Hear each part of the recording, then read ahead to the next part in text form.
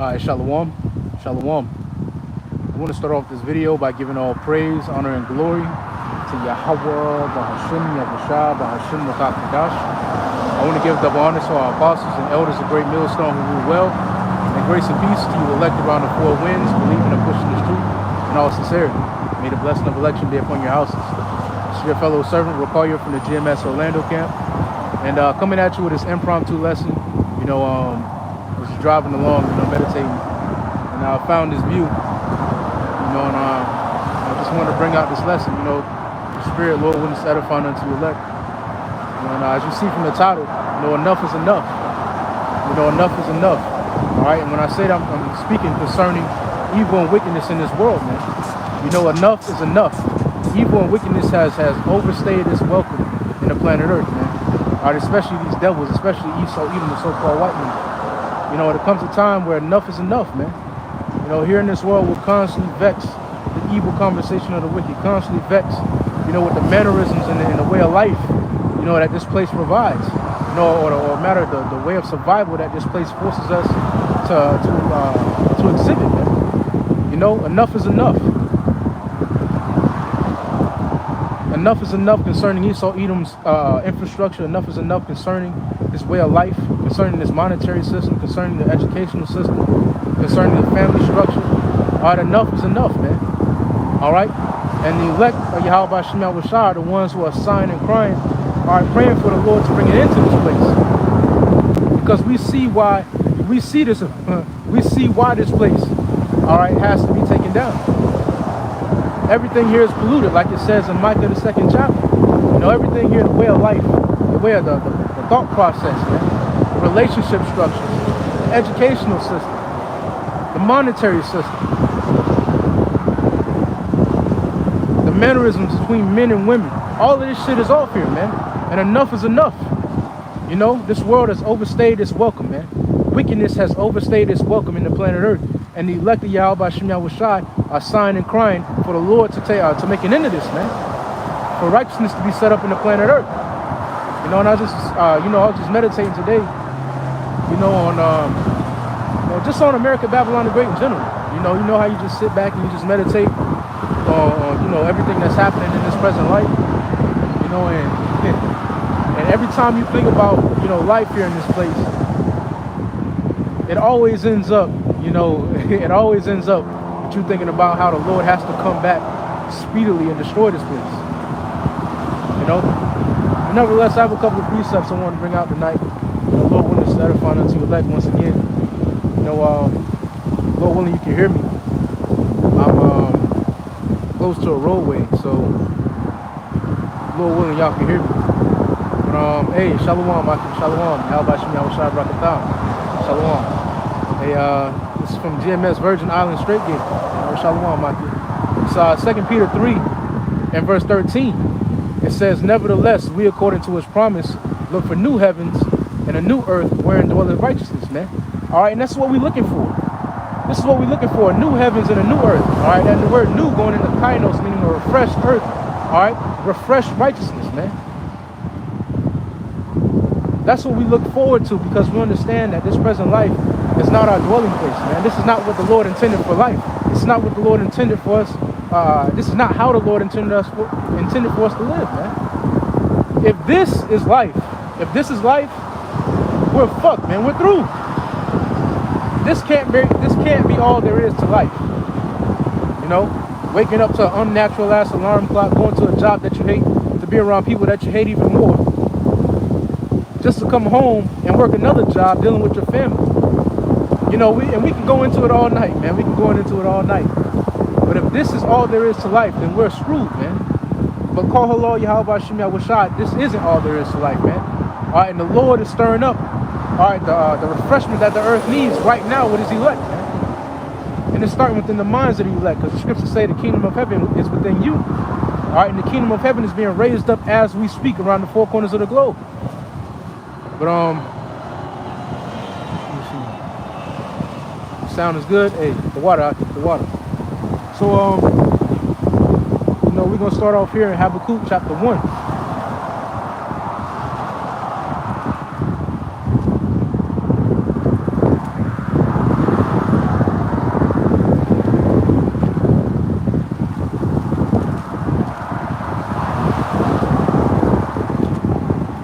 Habakkuk chapter 1.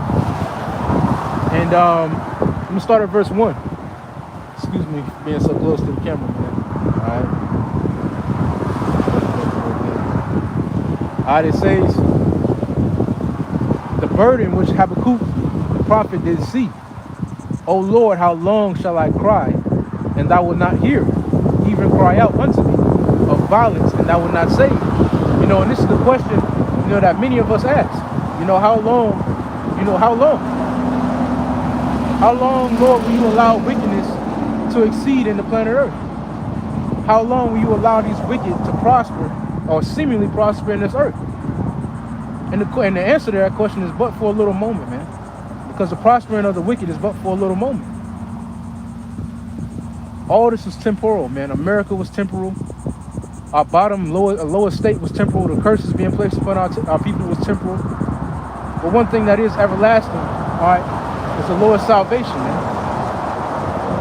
It's the Lord's promises that were made to our forefathers, Abraham, Isaac, and Jacob, man. That right there is everlasting. And that's what we have to look forward to.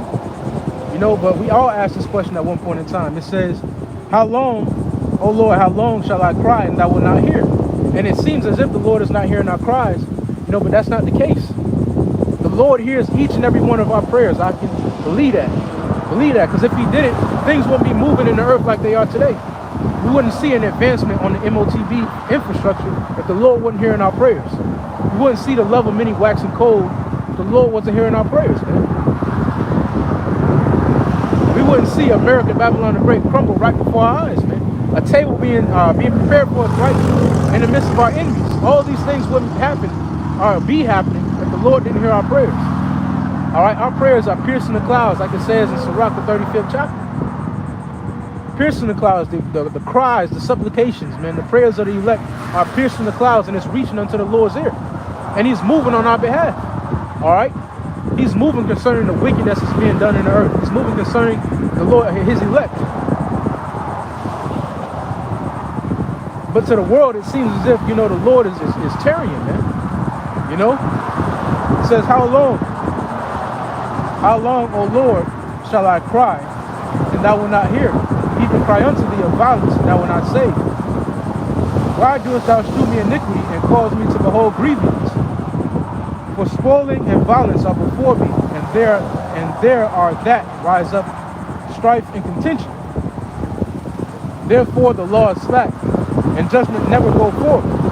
For the wicked doeth compass about the righteous, therefore wrong judgment proceedeth. And this is why enough is enough, man. Because wrong judgments constantly proceed from this wicked rulership, man. And it seems as if the law is slack. You know, the Lord is not going to save, but that's the furthest thing from the case. Because the Lord's judgment proceeds daily. The Lord's judgment proceeds daily, which is something the naked eye can't perceive. The average man can't perceive. But the Lord is judging daily. And he's judging on his elect's behalf daily, man. Best believe that.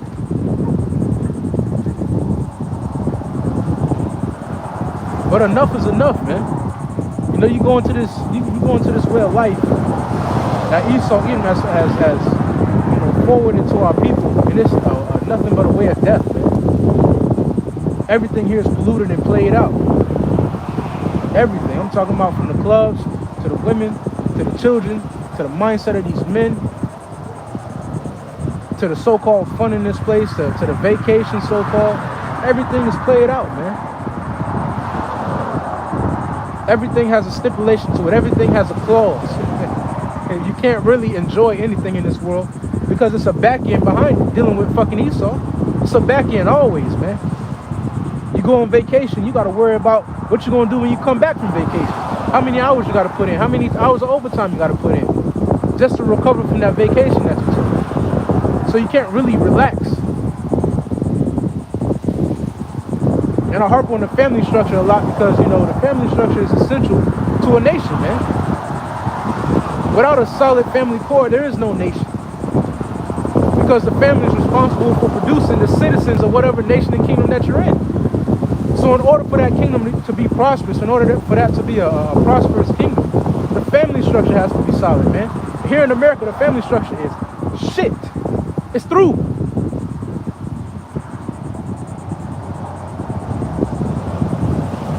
all due to these devils, man. And enough is enough. If you're not crying out, sighing and crying for these things, you're a part of the problem, man. You should be asking, when is enough going to be enough?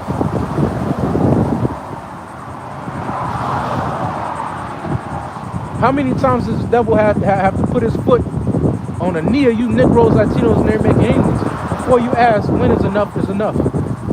How many hours do you have to work at that dead-end job until you ask, when is enough going to be enough?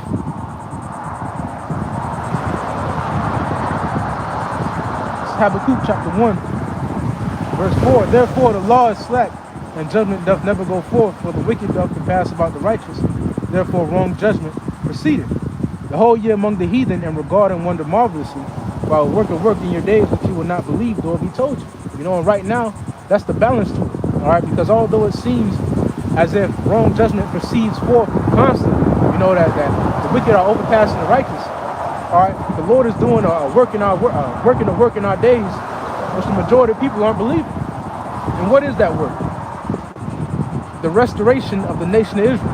All right, starting with the elect of the nation of Israel, the restoration of the judges of the nation of Israel. That's the work that's being worked in our days, though it be told to these people they don't believe it. The kingdom of heaven is being raised up right before our eyes. That's a marvelous work. Righteousness is starting to overpass the wicked. That's why they're starting to move on at a rapid and frantic pace. That's another work that the Lord is working in our days, man.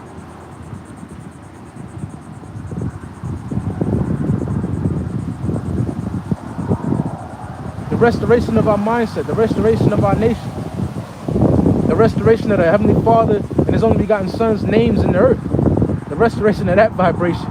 That's a work that the Lord is working in our days, although we tell these people they don't believe. And these things are happening because enough is enough, man. And the Lord is saying enough is enough. That's why He's moving like He's moving, man.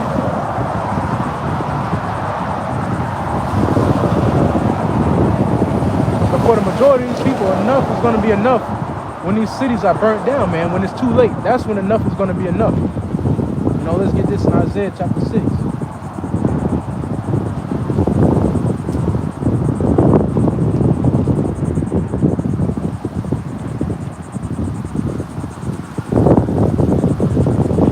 Isaiah chapter 6.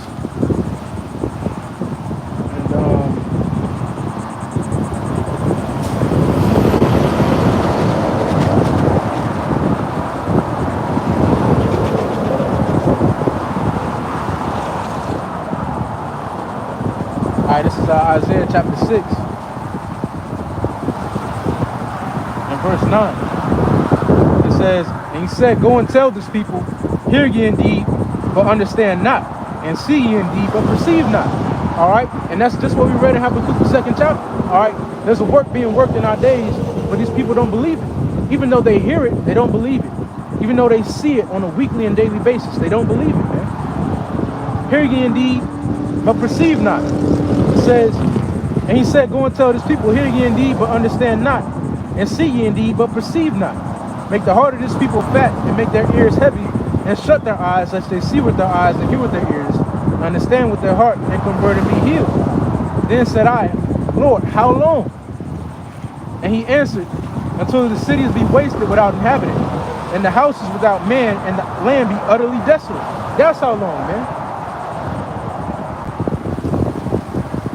That's how long.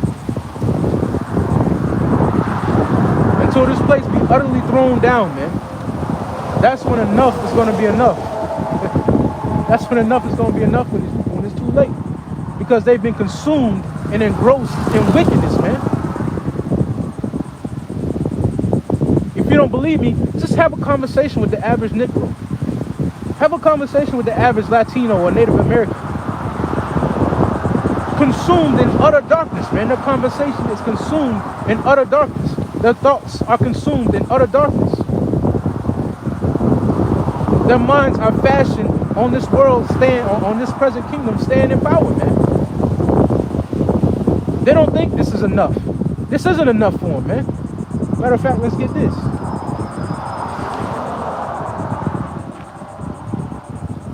This is addition to Esther. chapter 5.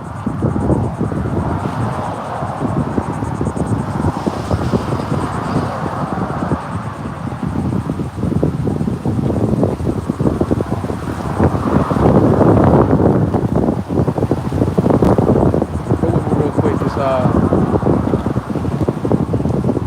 wind is blowing these pages.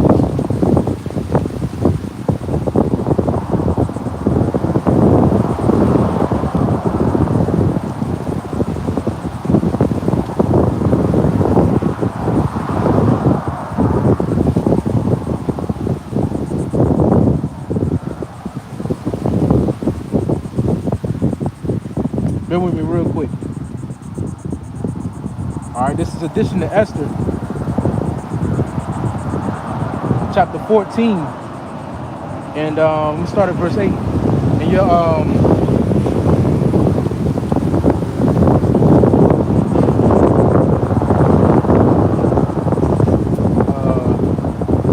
you just heard what I said, but this is addition to Esther, chapter 14. We start at verse 8, and in your phone Bible will be addition to Esther, chapter 5, starting at verse 8. I believe. You know, it's different in the KJV 1611 than it is in the phone Bible. But nevertheless, this is addition to Esther chapter 14 and verse 8. It says, "Nevertheless, it satisfied them not that we are in bitter captivity. They have stricken hands with their idols." And this bitter captivity doesn't satisfy the majority of our people, man. This isn't enough for our people. Slavery wasn't enough. The lynchings wasn't enough. The knees on the neck, the display of murder, the constant display of murder that happens on the news outlets isn't enough for our people.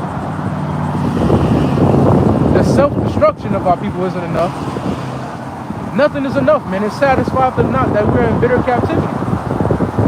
It doesn't satisfy a man that here it is, we're in bitter captivity to where you have to look your son in the eye when he comes of age, knowing that you can't leave him nothing but a life of captivity, a life of trials and tribulations in Esau, Edom's kingdom. That isn't enough for the majority of our people.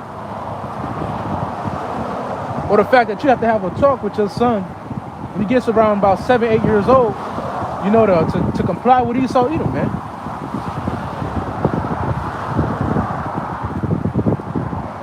Or the fact that the majority of our people refer to themselves as bitches, hoes, goblins, sluts, whores, niggas. That ain't enough for our people, man. That ain't enough. The fact that a one-parent household is standard in the community of the so-called Negro, Latino, and American Indian isn't enough, man. That ain't enough for our people. Or the fact that Esau Edom is slaying our people daily. Daily, this nigga is slaying our people. And it doesn't necessarily have to be physical. Esau Edom is slaying the minds and the spirits of our people daily, man. They go into these educational systems and they just come out zombies, man. Spiritually and mentally destroyed. Better worker bees for Esau Edom.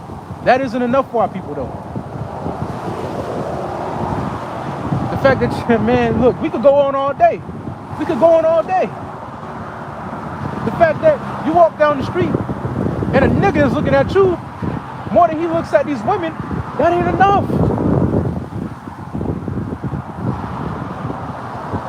Or the fact that you're working a dead-end job, you work a dead-end job your whole life to maybe retire at the age of 65, 70, just to live 4 or 5 years after that. And vainly enjoy the fruits of your labor. That ain't enough for our people, man. But what is going to be enough is when the Lord brings the judgment, when the Lord brings that utter destruction to America, Babylon the Great. That's when enough is going to be enough. The Lord is going to force. The Lord is going to force enough to be enough. It says, "Nevertheless, it satisfied them not that we're in bitter captivity. They have stricken hands with their idols, that they will abolish the thing that thou with thy mouth hast ordained, and destroy thine inheritance, and stop the mouth of them that praise thee, and quench the glory of thy house and of thine altar, and open up the mouths of the heathen to set forth the praises of the idols, and to magnify the fleshly king forever." And leave it up to 2/3 of our people to magnify this fleshly king forever. They already do it on a subconscious level. They magnify Esau Edom's kingdom on a subconscious level. Even though they claim they wanna be sovereign, you know, they wanna set up their own banks, set up their own land, you know, build their own land, their own communities. That's all predicated off of Esau Edom still being in power, glorifying this fleshly king forever. For the hopefully elect, man, for the elect, enough is enough, man. We want Esau Edom, so-called white man, out of power as soon as possible. And the Lord is bringing that change as we speak. You know? I just got one more precept, then I'll close it out.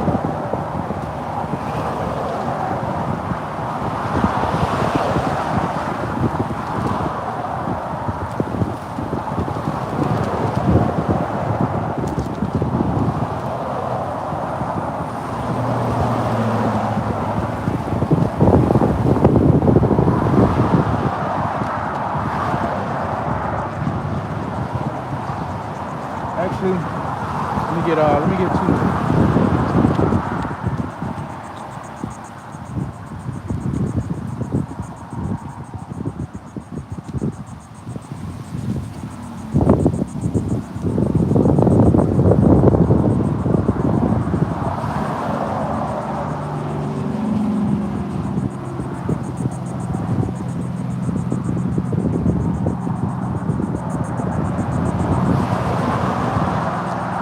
All right, this is matter of fact, I ended here. This is 2 Peter chapter 3, and I'm gonna start up.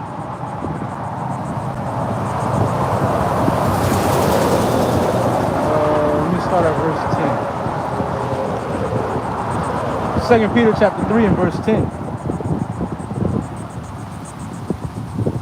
It says, "But the day of the Lord will come as a thief in the night, in the which the heavens shall pass away with a great noise, and the elements shall melt with a fervent heat. The earth also and the works that are therein shall be burned up. Seeing then all these things shall be dissolved, what manner of persons ought ye to be in all holy conversation and godliness?" And now is more time than ever to keep our conversation, our manner of life, our conduct in the heavens, man.